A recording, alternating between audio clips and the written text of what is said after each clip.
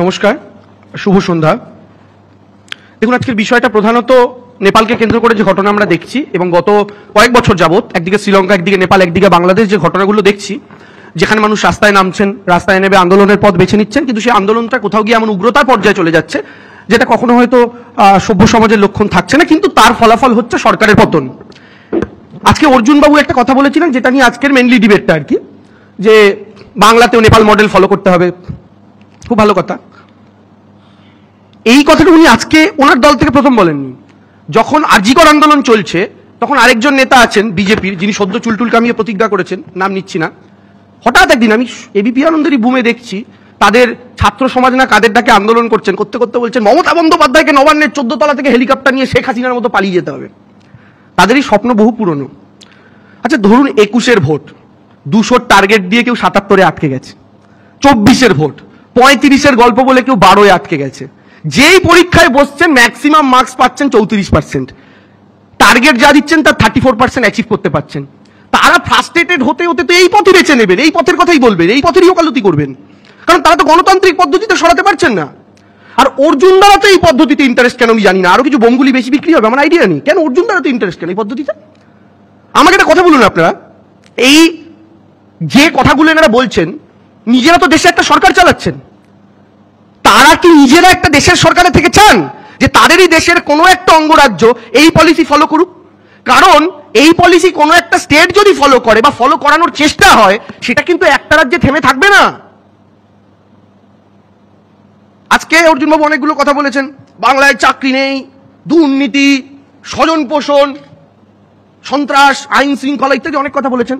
অর্জুনবাবু আইন শৃঙ্খলার কথা বলছেন, দারুণ ব্যাপার আর কি। যাই হোক, বিষয়টা হচ্ছে বাংলায় চাকরি নেই বলছেন, অথচ কদিন আগে আমরা দেখলাম এসএসসি পরীক্ষা দিতে উত্তরপ্রদেশ থেকে লোকজন এসছে, এবিপি আনন্দেই দেখাচ্ছিল, এবং তারা মাইক নিয়ে বলছেন হামারে ইউপি में तो एग्जाम नहीं होता इसलिए बंगाल में आए हैं देने के लिए।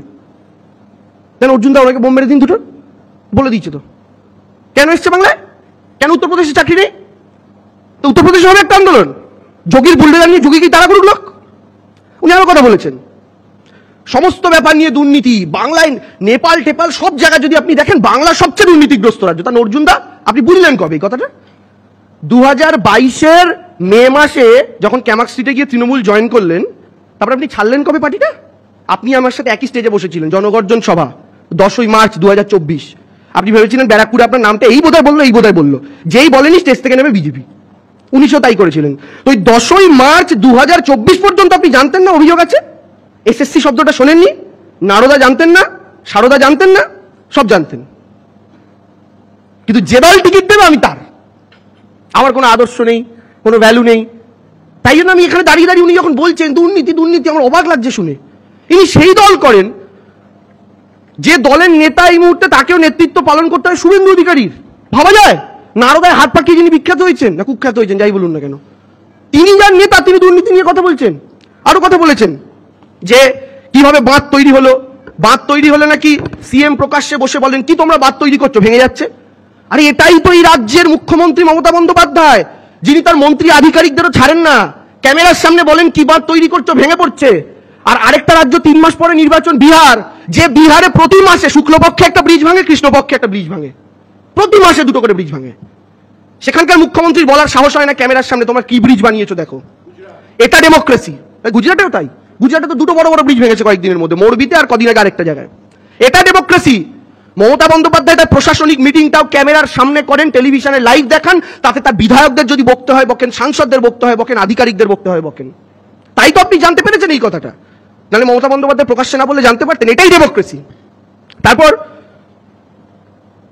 গণতন্ত্রের কথা হলো এবং লাস্টে উনি একটা কথা বলে শেষ করেন, আমার খুব ভালো লেগেছে। ঠিকই তো, আপনি আপনার মতো রাজনীতি করবেন, আমি আমার মতো রাজনীতি করবো। উনি নাকি আপনি কার সাথে দেখা করতে গেছিলেন, আপনাকে ঘিরে ধরে কেউ কিছু বলেছে, খুব অন্যায় হয়েছে, খুবই অন্যায় হয়েছে। কিন্তু অর্জুন দা আপনি আপনার মতো রাজনীতি করুন, আমি আমার মতো রাজনীতি করি, কথাটা শুনতে খুব ভালো লাগলো। কিন্তু আপনি এখন যে দলে আছেন সে দলের বর্তমান যিনি সভাপতি, তিনি যখন আন্দোলন করতে গেছিলেন আপনি তখন তৃণমূলে ছিলেন, কি ভাষায় তাকে অ্যাটাক করেছিলেন মনে আছে? উনিও কিন্তু রাজনীতি করতে গেছিলেন, তখন আপনি তৃণমূলে ছিলেন, যদিও দায়টা আমাদের, পাপটাও আমাদের। এবার বিষয়টা হচ্ছে, দেখুন অনেক বিষয় রয়েছে, কিন্তু অর্জুন সিং এর একটা বক্তব্য আমার মনে হয়, আমি তো এক্ষুনি বেরিয়েই এখান থেকে ক্লিপ কেটে আগে নরেন্দ্র মোদীকে ট্যাগ করবো। উনি বলছেন শেখ হাসিনা ডিক্টেটার। এটা আপনার দল বলছেন, আপনার কেন্দ্রের সরকারও বলছে, এটা একটু ক্লিয়ার করবেন। আর যদি তিনি ডিক্টেটর হয়ে থাকে তাকে ভারত এনে জায়গা দিয়েছেন কেন? যদি তিনি ডিক্টেটর হয়ে থাকে তাহলে সেটা কেন্দ্রীয় সরকারকে বলতে বলুন। আপনি দলের তরফ থেকে কেন বলছেন? বিজেপির আজকাল দল আর সরকারের তফাৎ বুঝি না। তাদের দল সোশ্যাল মিডিয়ায় 2 টাকার কমেন্ট করে আইটি সেল ভরিয়ে দেয়, প্যালেস্তাইনকে গালাগাল করছে, একে গালাগাল করছে, ওকে গালাগাল করছে, আর ইসরায়েল যেন তাদের দ্বিতীয় দেশ এমন ভাবে লাফালাফি করে। আর ভারত সরকারের স্ট্যান্ড দেখুন কদিন আগে ওইখানে। যে দল এক কথা বলে, সরকার এক কথা বলে, আপনি কার কথা বিশ্বাস করবেন? এবার আসি আজকের যে বিষয়গুলোতে। দেখুন, আমরা এদের মতো নই। এরা চাইতে পারে গণ অভ্যুত্থান করে একটা সরকার ফেলে দাও, গণতন্ত্রের ধার ধারণা, কিন্তু আমরা সেটা চাই না। আমরা কোনোদিন এর দৃশ্য দেখতে চাই না যে নরেন্দ্র মোদী রাস্তা দিয়ে দৌড়াচ্ছেন, লোকে তাকে বালতি গামলা তুলে তাড়া করছে।